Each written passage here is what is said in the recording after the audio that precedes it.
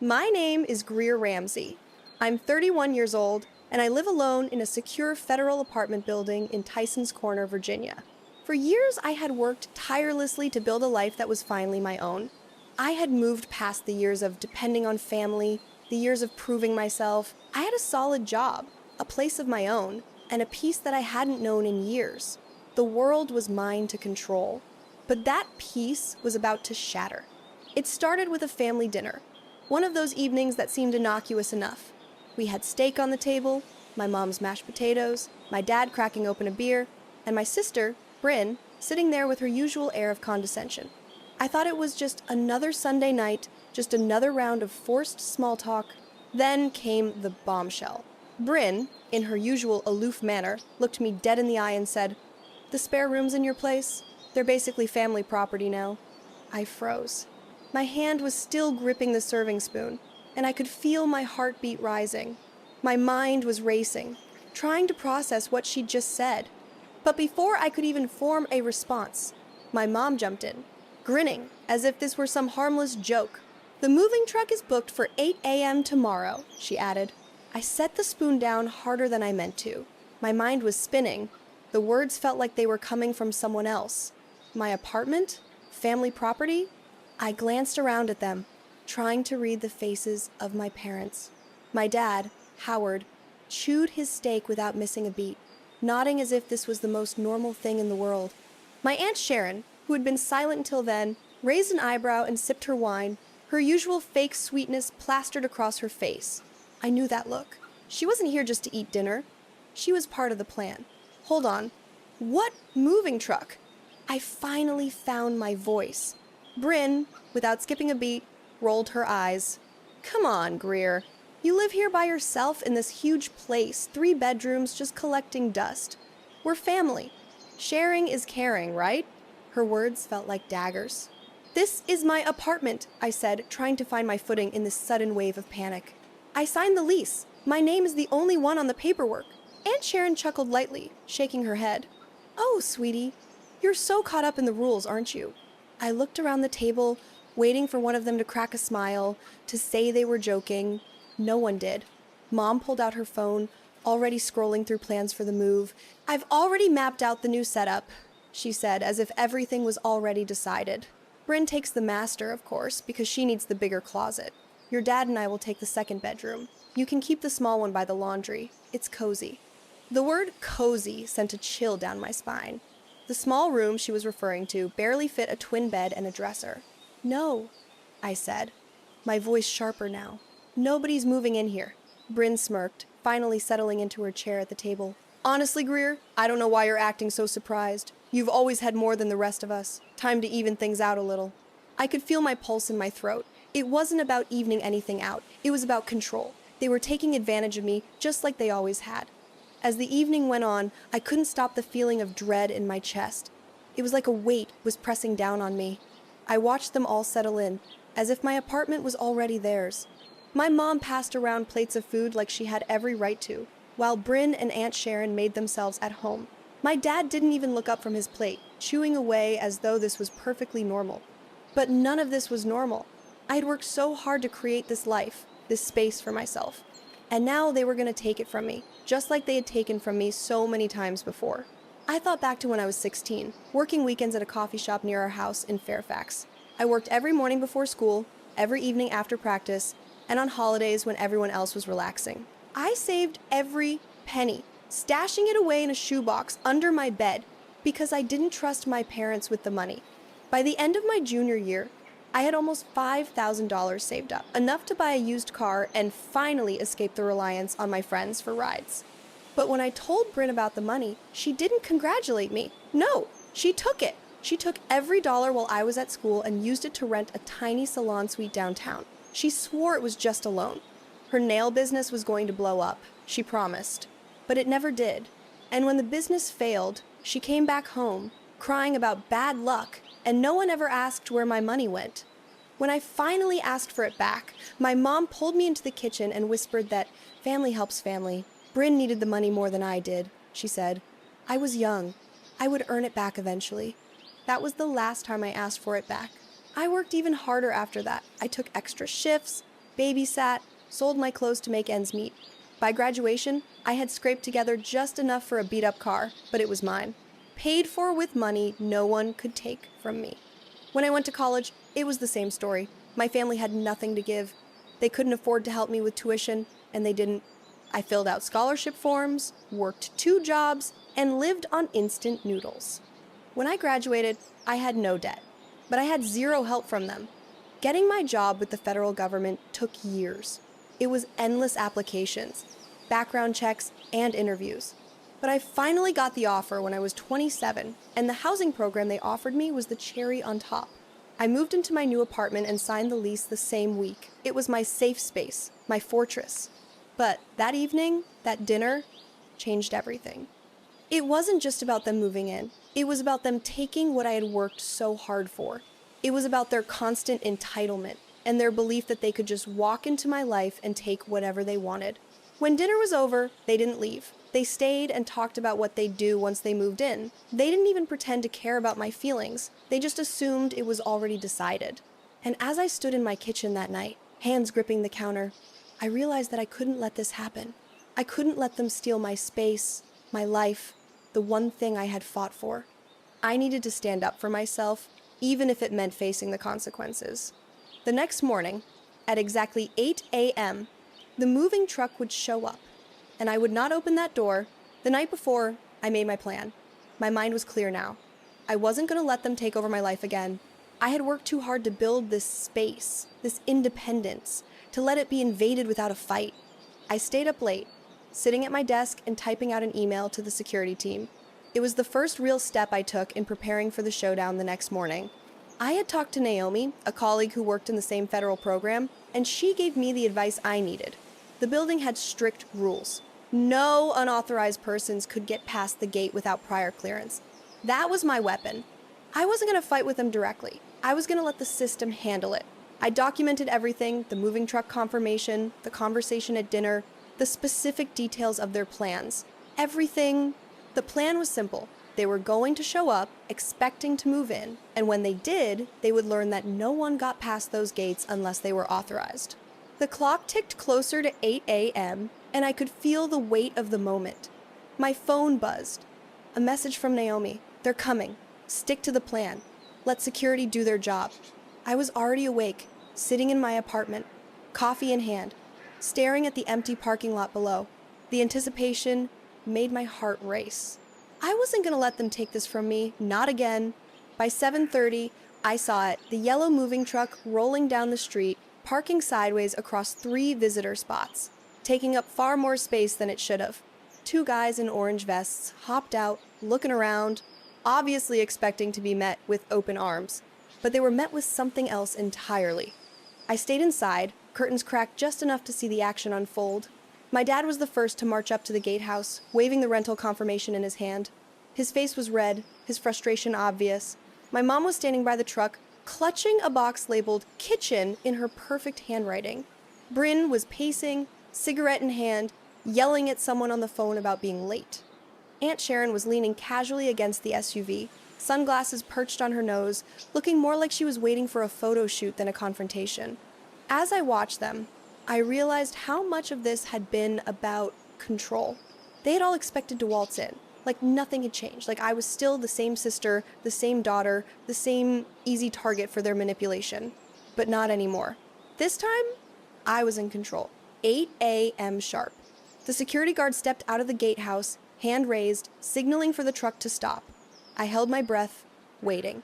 My dad approached the booth, waving the confirmation paper, but the guard shook his head once, slow and final. That was when the shouting began. "This is my daughter's building! We have every right to be here!" My dad shouted, banging his fist against the metal gate. Mom ran forward, palms pressed together like she was praying, her voice desperate. "Please, sir, it's just a family matter. We're moving in with our girl." Bryn tossed her cigarette into the bushes and stormed up behind them. "This is ridiculous! Open the gate right now!" Aunt Sharon stood by the car, her calm demeanor fading. I could see her lips moving fast on her phone. It was clear she was working some angle, trying to figure out how to get them past the gate. The tension in the air was palpable, but I stayed inside, watching. I wasn't going to break. I wasn't going to let them win. Minutes passed, and the situation continued to escalate. My family was growing more and more frustrated, yelling louder, trying to convince the guard to let them in. But they had no power here. This wasn't their world anymore. And that's when it happened. The unmarked black SUVs pulled up behind the truck, followed by a Fairfax County police cruiser with flashing lights. My heart skipped a beat. The guards were already preparing for the next step. The officers stepped out of their cars, their dark polos and badges glinting in the morning light. They didn't say a word at first, just walked to the gatehouse and began comparing something on their tablets with the guard's screen. They were serious. Then, the lead officer turned to face my family. His voice rang out, calm but firm, clear enough for the entire neighborhood to hear. Howard Ramsey, Judith Ramsey, Bryn Ramsey, Sharon Lynch. He paused, making sure each name hit with the weight it deserved. You are all currently attempting unauthorized entry into restricted federal housing, effective immediately. Each of you is permanently banned from this property and all associated federal facilities nationwide. Any future attempt to approach these premises will be treated as a federal security violation. The words hit my family like a punch. Dad froze, his hands still gripping the gate, his face flushed with anger. Mom dropped her box, falling to her knees on the asphalt, crying. Bryn's cigarette fell from her fingers as she stood in stunned silence. Aunt Sharon's sunglasses slipped down her nose, her face drained of color. Dad finally found his voice. "This is insane! That's my daughter up there! You can't keep me from my own child!" He banged both palms against the metal gate again, harder this time, the rattling echoing down the street. But the officer remained unmoved, his voice unwavering. "You have 5 minutes to remove your vehicle and leave the premises. After that, we will begin processing trespass citations." The scene that followed felt surreal. My mom sobbed, her face buried in her hands. Dad paced, muttering under his breath, his anger mounting. Bryn stormed to the SUV, her fists clenched in rage. Aunt Sharon stood still, her face impassive, though I could see her hands shaking. And yet, through it all, I remained calm. I had made the decision long ago that this would be the moment. The moment I stood up for myself, for my space, for my peace. This wasn't about me being a bad daughter. This was about my family finally realizing that I wasn't going to let them walk all over me anymore. I looked out the window one last time, watching as the last of the moving truck crew climbed back into the cab, doors slammed shut, and my family retreated. The decision had been made. There would be no more guilt trips, no more manipulation. This was my life now, and no one would take it from me. The aftermath of Sunday morning hit harder than I expected. It wasn't just the confrontation. It was the realization that the family I had been trying so hard to protect had crossed a line I couldn't ignore. The anger, the betrayal, the manipulation, it was all in the past now, but it was hard to shake off. They had assumed so much, expected so much from me, and had been willing to bulldoze right over me without hesitation. The phone didn't stop ringing for days. My parents, Bryn, Aunt Sharon, everyone had something to say, but not one of them took accountability for what had happened. Instead, I was painted as the villain, the ungrateful daughter who refused to share her success with her family. I left the family group chat without a second thought. There was nothing left to say, and no explanations left to give. The messages piled up hurtful, accusatory words that I had come to expect but never stopped stinging. It didn't matter anymore. I had made my choice, and I wasn't going back. I spent the next few days in a fog, alternating between bouts of anger and numbness. I kept to myself, focusing on work, diving into reports and paperwork, as if burying myself in the routine could somehow numb the hurt. But it wasn't enough to block them out completely. I knew they were out there, trying to make me look bad, trying to manipulate the situation to their favor. The text messages stopped, eventually. The phone calls, too. After a week, I finally checked my email. One message caught my eye. It was from my cousin Taylor, Aunt Sharon's daughter.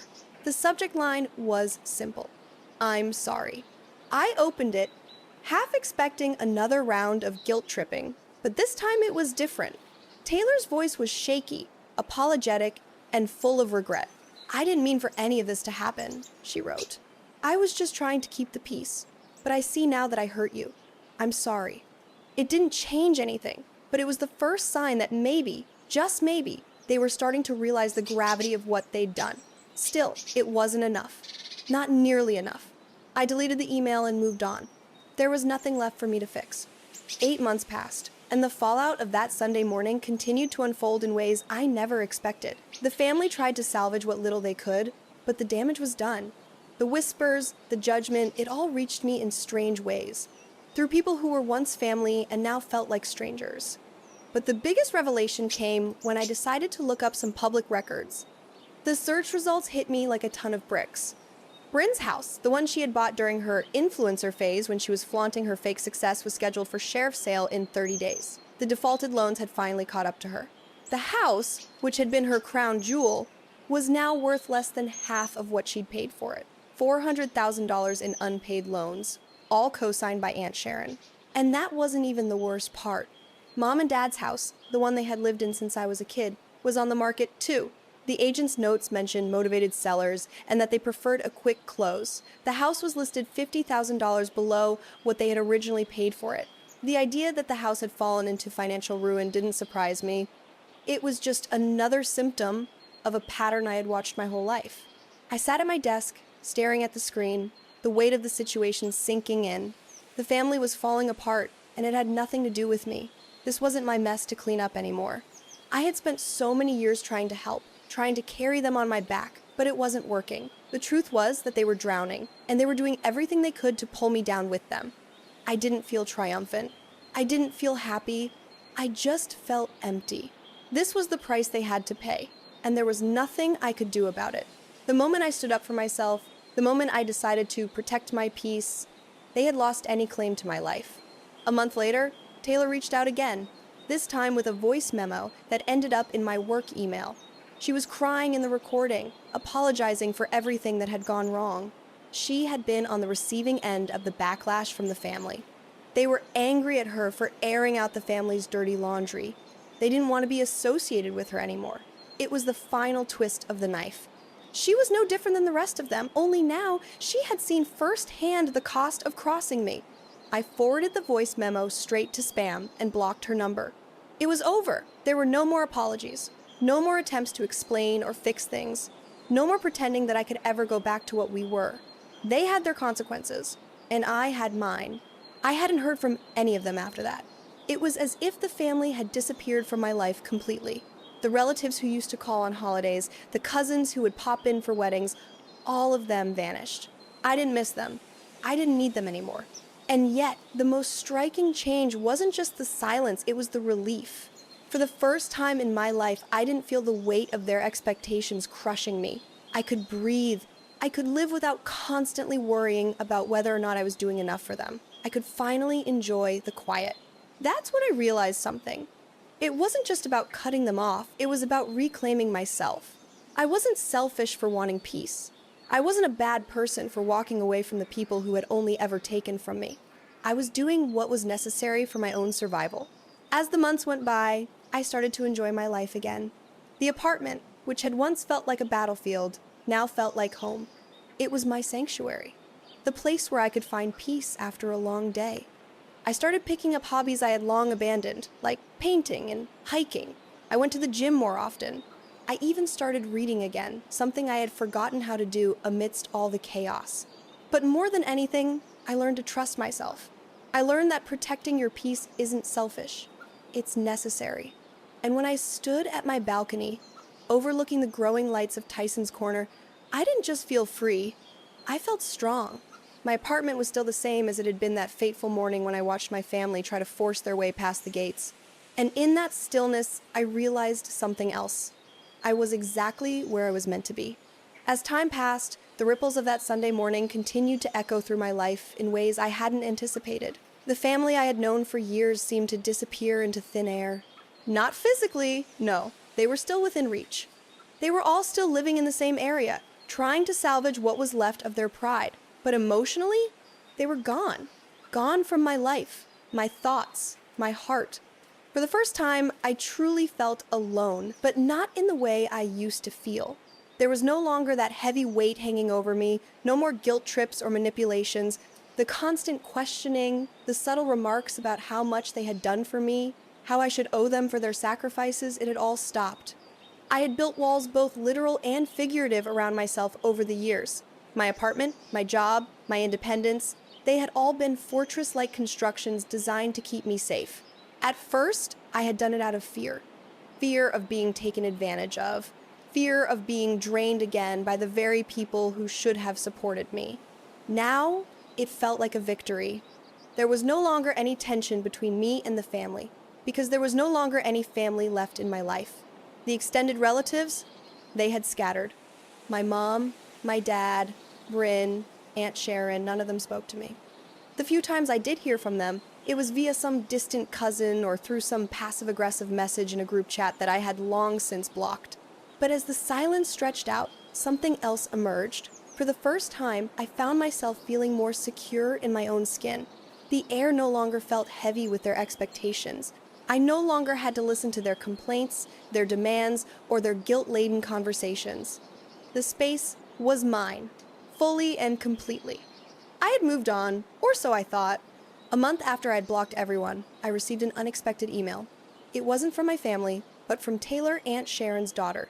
She had been the last one to send me a message before everything had gone quiet, and I didn't expect much.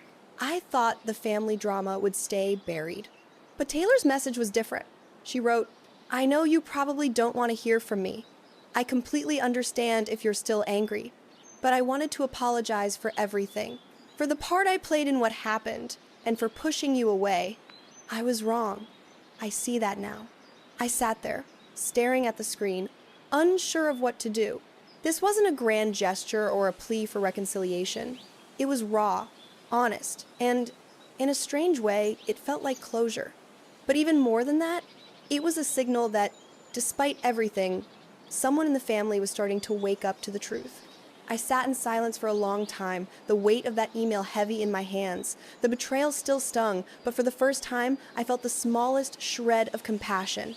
I didn't reply. I didn't have to, but I didn't block her either. I simply left it unread and moved on with my day. The truth was, I had moved on. Not in the sense that I no longer cared, but in the sense that I had finally let go. I had removed the toxic roots from my life, and they couldn't reach me anymore. Months later, the final pieces of the puzzle began to fall into place. Through mutual connections and the few people who still had some semblance of contact with my family, I learned more about what had happened after I had stood my ground. Bryn's house, the one she had bought during her brief influencer phase, had gone into foreclosure. No one was surprised. It had always been a house of cards built on the flimsy foundation of her hopes and dreams. But what hit harder than the news of her losing the house was the revelation about the amount of money involved, how much Aunt Sharon had co-signed for Bryn, how much the family had enabled her, only to see it all collapse in front of them. The worst part was hearing about my parents' financial situation. They had tried to sell their house, but it wasn't moving. I couldn't say I was sorry. The same parents who had used me for years, who had always expected me to give up my future to support their failures, were now facing the consequences of their own poor choices. The house was sold for far less than what it was worth, and the family was left with little. Aunt Sharon was feeling the blow as well.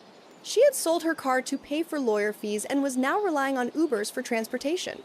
My cousin Taylor, who had been the catalyst of so many of my family's drama, had deleted all her social media accounts after the backlash she received for airing the family's dirty laundry. I could feel a sense of finality in the air. This was the price they had paid for their own actions. Karma had come full circle, and it had left me in the quiet, peace-filled life I had created for myself. Now, when I stand at my balcony and look out over the ever-growing skyline of Tysons Corner, I see everything differently. I see the hustle of the city, the changing landscape, and the new buildings that rise every month. But I also see my own life, stable and unmoving. My apartment is the same as it was the day I stood there, watching my family try to move in. It is quiet. It is mine. And that's when I realized the real message of everything that had happened. Protecting your peace isn't selfish. It's necessary. People will try to drain you, take advantage of your kindness, and manipulate your love. But in the end, it's not about them. It's about you, your happiness, your peace, your future. I learned that cutting ties with toxic people isn't always about hate. It's about self-preservation. It's about saying, enough is enough, and reclaiming what's yours, even if that means walking away from family.